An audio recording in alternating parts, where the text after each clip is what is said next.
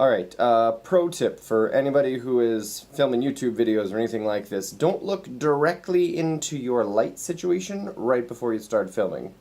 Hey everybody, it's Nick. So glad to have you guys back and be making another video. I'm actually super thrilled. I had all my videos that I had to get caught up on. I made like 5 videos last week just to get all caught up to where my campaign is right now, and so I'm super excited, super hyped to be all caught up to our games. We usually play on Saturdays or Sundays, and so I'll try to release videos every week so that you guys stay caught up as well. But the response has been awesome. It's been very exciting to see people engaging with the channel and leaving comments and questions and suggestions and all kinds of stuff. So thank you guys so much for your support, for your encouragement, for your engagement. It makes me very excited to keep making videos, and I want to keep doing that, and that's the plan going forward. So let's jump right back into it. When last we left our heroes, the players were exploring the city of Volta, which is on the northern edge of these southern isles. It's sort of attached to the main continent. And they were gathering information, spending money, carousing, basically preparing for their journey and voyage that was to come. They did all that and more. You have to go watch the earlier video from last session to figure out exactly what happened to them. But one major thing to note was the character Callister did, through a series of crazy events, jump into a raw sewage system with an open wound. And actually after that I asked my wife, who works in the medical field, hey, what would happen if somebody exposed an open wound to raw sewage? And she basically said, oh yeah, he's 100% dead. Which I'm not cool with. That's not fun, that's not exciting or narrative or interesting. I didn't want to just have everyone wake up except for that one character because he's dead. That's not very fun and engaging. So I continued talking to her and basically figured out that he would basically get infected right away, and the infection would continue to worsen and worsen until it was slowly debilitating him. When the infection hit his bloodstream, it would basically, he'd go into sepsis and he would die. And so they had time, like days, but not weeks. Magic maybe could extend that a little bit longer, but basically the character needed to address this situation immediately or he was going to be in trouble. And so I thought that was a little bit better. That was something we can work with. That was something that they have time to fix it, but it'll be a problem if they don't. I told Jason, the guy playing Callister, this ahead of time. I told him what I was thinking about for that situation, for that disease. I didn't tell him the specifics. I just said, hey, there might be some extended ramifications from jumping into a sewer system with an open wound. And he was cool with that. He was fine, saying, yeah, as long as there's a way for me to fix it, I'm okay with there being some adverse effects and interactions with it. Which was fine. And I think that's a big deal with something like that with a player, is trust, is being able to say, hey, something might happen with your character, you gotta trust me. I'm not out to get you, I'm not a bad guy, I don't want to just maim your character because I think it's funny. I want to do a cool story with you, but I think trust is a big part of that. Don't just go chopping off people's limbs and not tell them if they can get them back or if they can get a replacement or something. That's not cool. And so I talked to the player, let them know what might happen, they were cool, and we had a great conversation about it. So it was very, very good. Everything was exciting. We were ready to start the next session. Oh, also, they ended the last session receiving a note from a young girl that was in their charge, History the 17th. There's a whole series of events. Go back and watch session 2 for information on that one. But basically, she left a note saying, hey, thanks for everything, but you guys aren't good people, and specifically you, Callister, have said you shouldn't be around me, I shouldn't be around you, so I'm going to go off and find my own way. Thanks for everything, but peace out. And all the players had very different reactions to this. Callister basically instantly said, we got to go find her. A lot of the other players said, do we? Should we? They basically had to ask themselves, do we actually care what happens to this little girl? This was another cool morality test to see what the players thought about this situation, what they wanted to do, but more importantly, why they wanted to do it. I think motivation is an incredibly important part of determining morality. Not just the action that you take. I think the action and motivation are linked intrinsically. A lot of people have debates about alignment online, about is it all motivation or is it all action? And I think that it's a little bit of both. I think that it's important to combine the two. If they had said, yes, let's go find the girl so we can give her a better life, that's a good thing. If they had said, yes, let's go find the girl so we can sell her into slavery for a profit, That's clearly an evil thing. And so I think the combination of motivation and action is important. Tiny morality lecture aside, none of my players wanted to sell her into slavery, so we're cool there. After a bit of conversation, they decide, yes, we do actually care what happens to this girl. We do have some motivation to find her, so let's go figure out where she might have gone. Now, at this point in game, it's about 8 or 9 in the evening. Shops are starting to close up a little bit. There's fewer and fewer people on the streets, and the player's investigation was a bit haphazard at best. They were mostly just talking to random people and saying, hey, have you seen a young gold dragonborn girl walking around by herself? And pretty much nobody responded positively to that. Because as it turns out, random strangers don't keep an eye out for people like a specific type of person and recognize who they are immediately. Even rare individuals, that's very odd for someone to sort of spot and notice. And one of the players was a bit frustrated by this. He figured if we just ask enough people, someone will have seen her. And I then explained it's not a matter of whether or not they've seen her, but a matter of whether or not they registered it. And so I tried to use a different example to explain to this player. It's kind of like yellow cars on a road, right? You drive and you see dozens of cars a day, maybe hundreds of cars a day. This player had just been on like a 3-hour road trip before the game, so he'd been on the road for hours. And I said, hey, what's the last yellow car you saw? Can you tell me the location, make, and model of the last yellow car you saw? It's a rare car. It's a specific color. Not every car is yellow. That's odd. You should recognize it, right?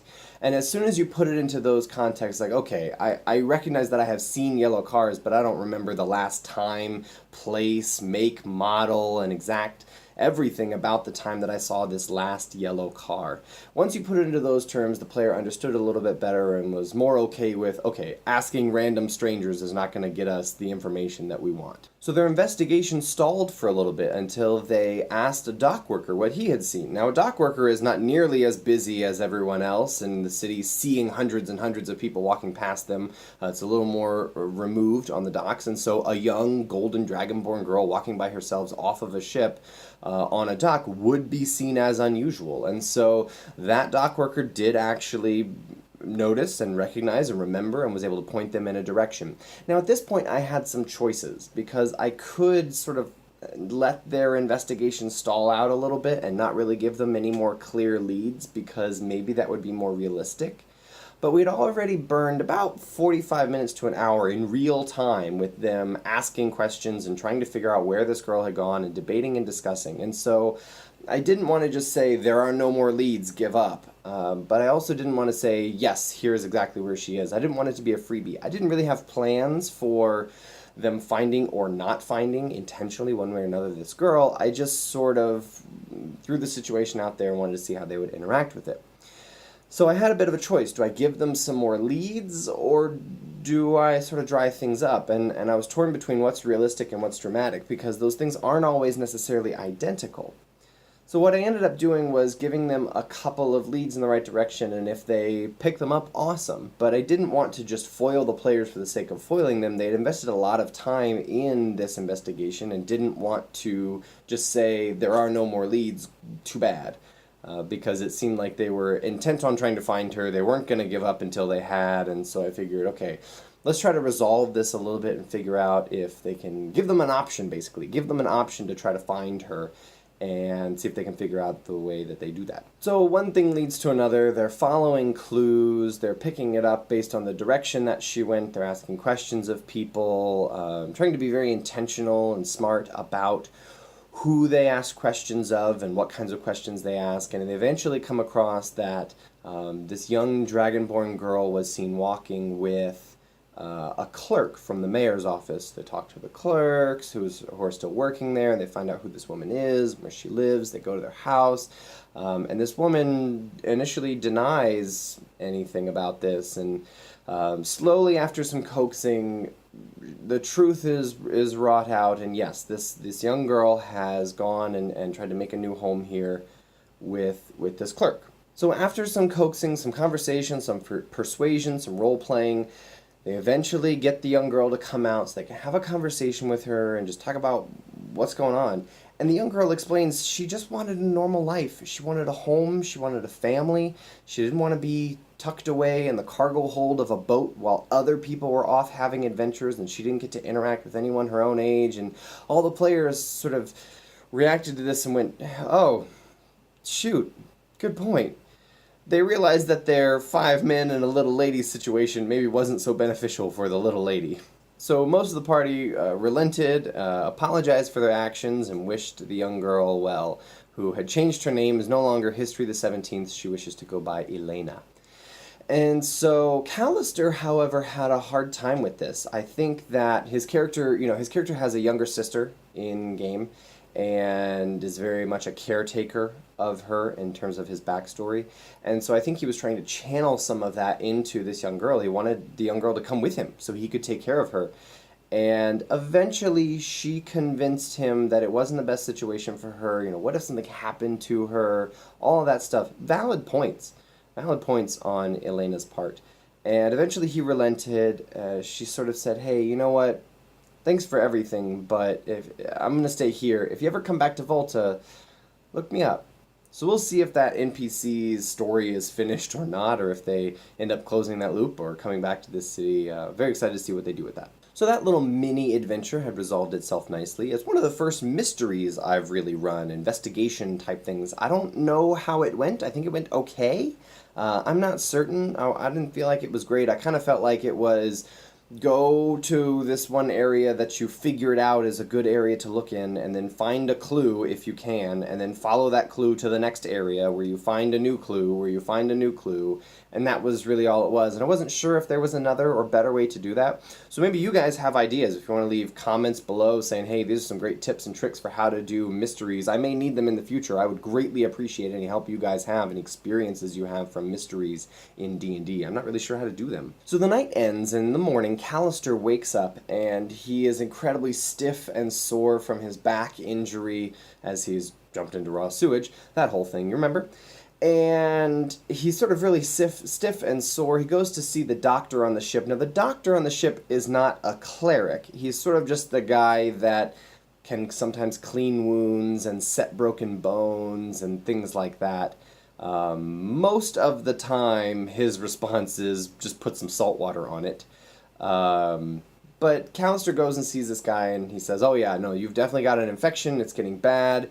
The doctor's suggestion is to, open up the wound with a knife or something, and then have Callister sit in a seawater bath, and that'll fix him right up. Jason very quickly shut down that idea. He had no interest in his wound being abrased and opened up and salt water, and clearly did not think that that was the solution that would happen. And honestly, I don't know what it would have done. It probably wouldn't have been very effective. I don't think that would have done much if he had said, yeah, let's try that.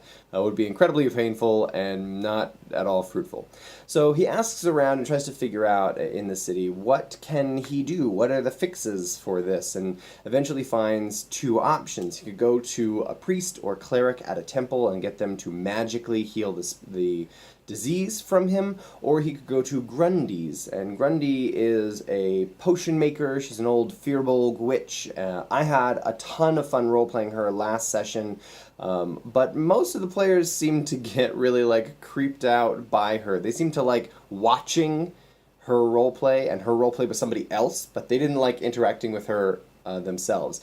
Because Grundy doesn't take money. Grundy accepts favors and monster parts and odd deals. I was sort of role-playing Grundy also a little bit like a combination between like a witch hag type thing, but maybe not so evil and nefarious, but also in terms of like character or personality, it would be like Pumat Sol from this season, this campaign of Critical Role, combined with the sloths from the DMV at Zootopia. So, super fun to roleplay. She's very, sweet and matronly, but also incredibly slow. The players got a kick, I guess, out of watching her interact with other people. So Callister immediately decides to go to the priest or cleric rather than interact with Grundy once again. And the priest at the temple there to Coralon says, oh yeah, absolutely, I would love to heal this wound for you and bless you with the power of Coralon. just, as soon as you give a small donation to the church. And, you're not going to get a level 2 spell cast on you for free. It turned out to be way more money than Callister had on his person at the time, so he begrudgingly went over to Grundy's to see what he could get. And Grundy says, oh yeah, I could totally make this potion for you, absolutely no problem, but I need something from you. I need the final ingredient for it. I need basilisk blood. And he's like, how am I going to get some basilisk blood? And Grundy explains that, the options are go out into the wilds around Volta and try to find a random wild basilisk, good luck. Or she had heard rumors that the final fight of the pit, like a fighting arena, would be against a basilisk. And so go fight in the pit and collect blood from beating the basilisk. So Callister goes and tries to recruit the rest of his party to help out with the pit fight, to go and kill a basilisk. And a lot of the party, I think rightfully, are a little bit like, hey, why should we help Callister? Callister hasn't at this point done much to endear himself to the rest of the group. The player Jason is super cool. I love his role playing, but he's playing very much like a rogue style bard. So very brash and cocky and a little bit greedy and a little bit condescending of other people due to his high charisma. And so not all the players are completely endeared to him at this point. So they go to the pit and find out there are 3 subsequent rounds of combat, and they're all more difficult than the last. Tico immediately asks, hey, what's the healing and resurrection process here? And the officials basically tell them that between combats you would be healed up. It wouldn't be enough time for a short rest, but you would be healed up by the clerics and people there at the pit. And so you'd be full health and ready to go for the next fight. But if peril happened, you would be able to surrender or flee from the fight. But if someone actually died all the way, there wouldn't be any resurrection. This is just, sort of low-level arena fighting. There is a larger, more Colosseum-esque combat stage called the Arena, where much more powerful people who have proven themselves fight against much more powerful things. We talked about that last episode as well. And so Tico's a little nervous that, resurrection is not on the table, but the party sort of convinces him, and they figure, okay, maybe we're going to give this a shot. And Callister offers to put forth the group total of 30 gold as an entrant fee for their party to fight.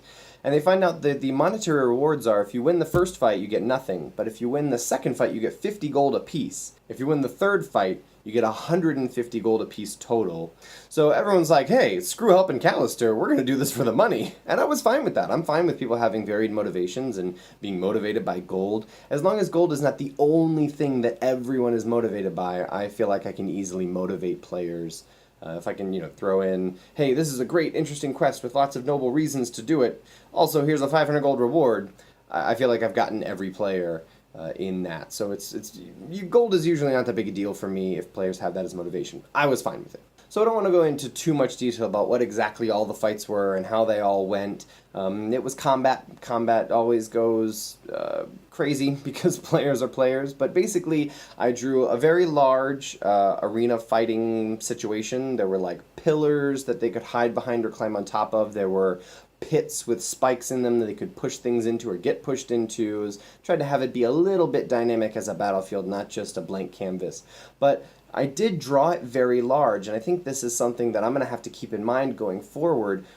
All of the players, except for one, are ranged. And if you draw something very large with ranged players, and you're playing against melee enemies, then the players have all kinds of advantages. So basically what happened is they sat right in the middle of the pit, and there were doors all around, and they just waited until one of the doors opened, and they all pointed at the door, and basically what happened is the monster or monsters got to take a turn appearing and like move double dash all the way to an opponent, and then end their turn, and then a bunch of damage would rain down on them.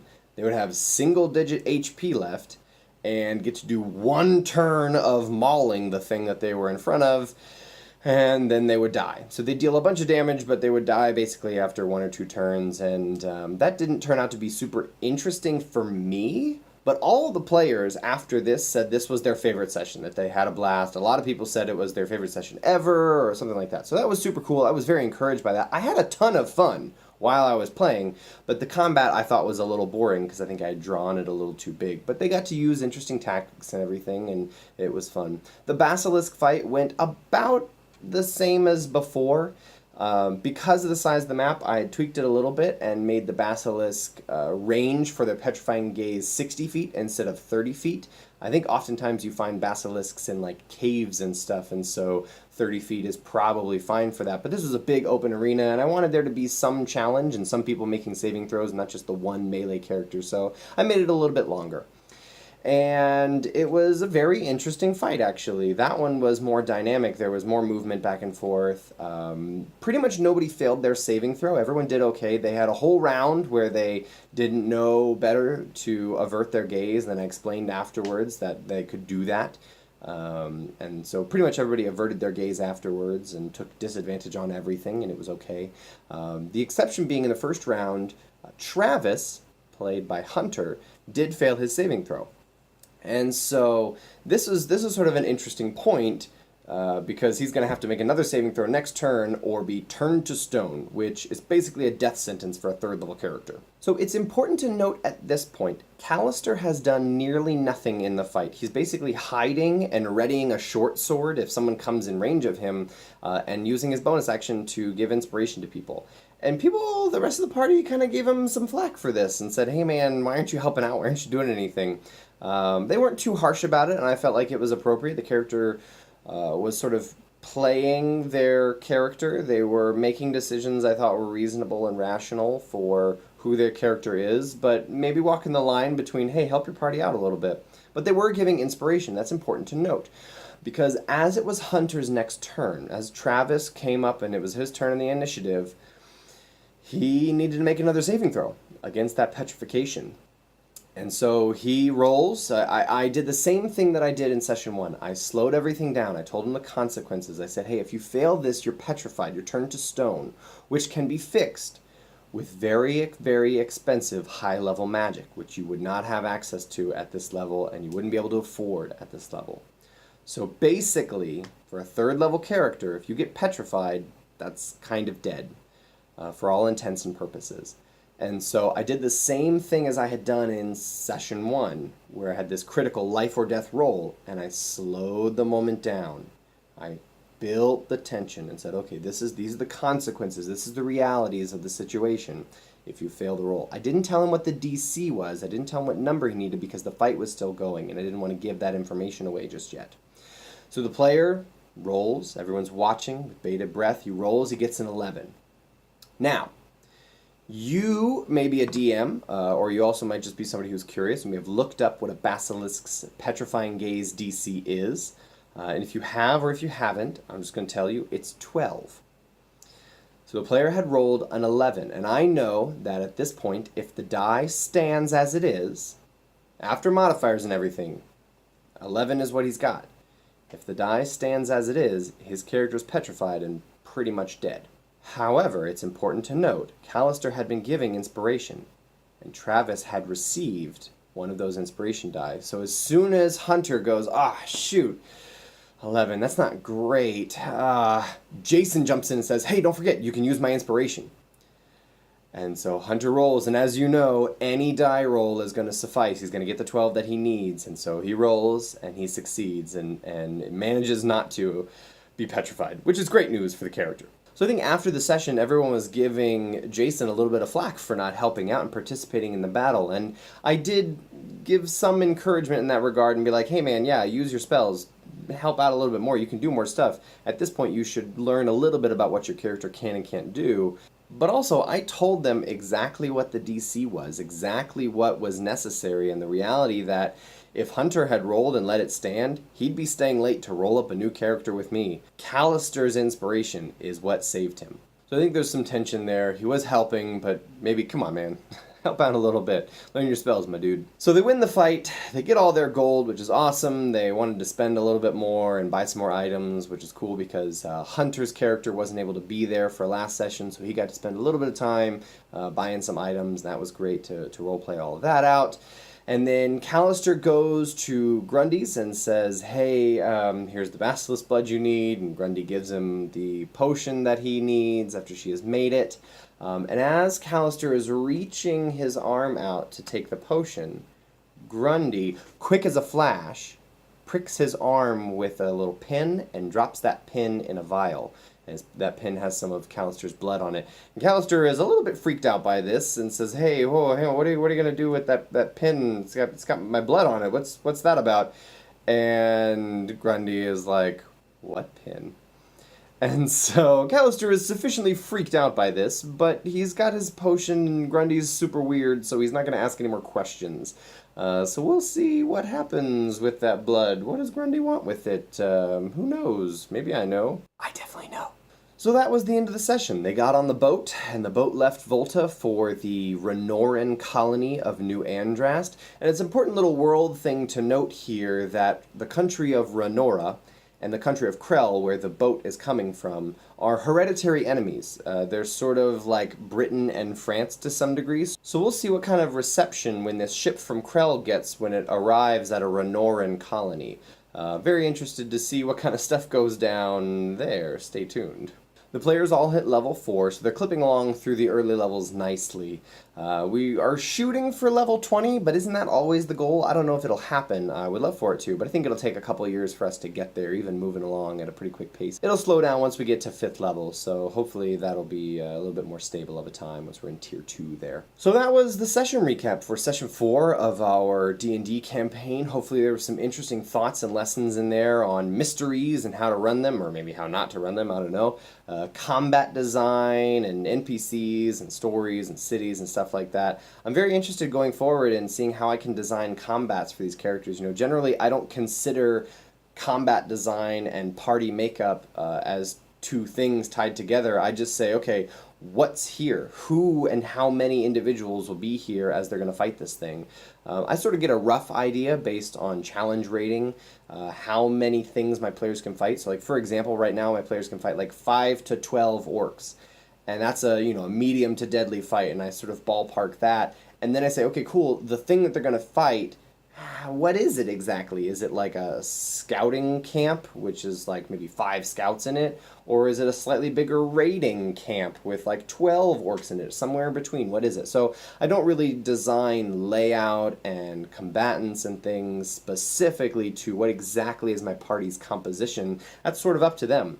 But it is good to note that big open areas are going to be at their advantage, and small enclosed tight spaces, caverns, underground dungeons, things like that might be really tough for them. So that's more up to them than it is up to me, but I guess it's good information for everyone to know going forward. So thanks for watching, guys. Again, the response to these videos has been awesome. I've been so excited, so thrilled to see you guys engaging in the comments. Please keep doing so. It gives me a lot of energy and really encourages me to keep making the next video and possibly even consider making alternative videos, not just my own campaign diaries. So if there are things that you are interested in, questions that you have, topics to maybe cover, I think we're going to have to miss a session in a couple of weeks for our main game. And I think I'm still going to make a video that week. Somebody had already asked about what's the difference between, you know, a homebrew campaign setting and a pre-published one, and so I may talk about that a little bit. If there are other ideas or suggestions that you guys have, please feel free to check them out, and I will save them and try to make a video on them and see if I have anything interesting to say about them in the future. But that's all for this week. I'll see you next time, friends.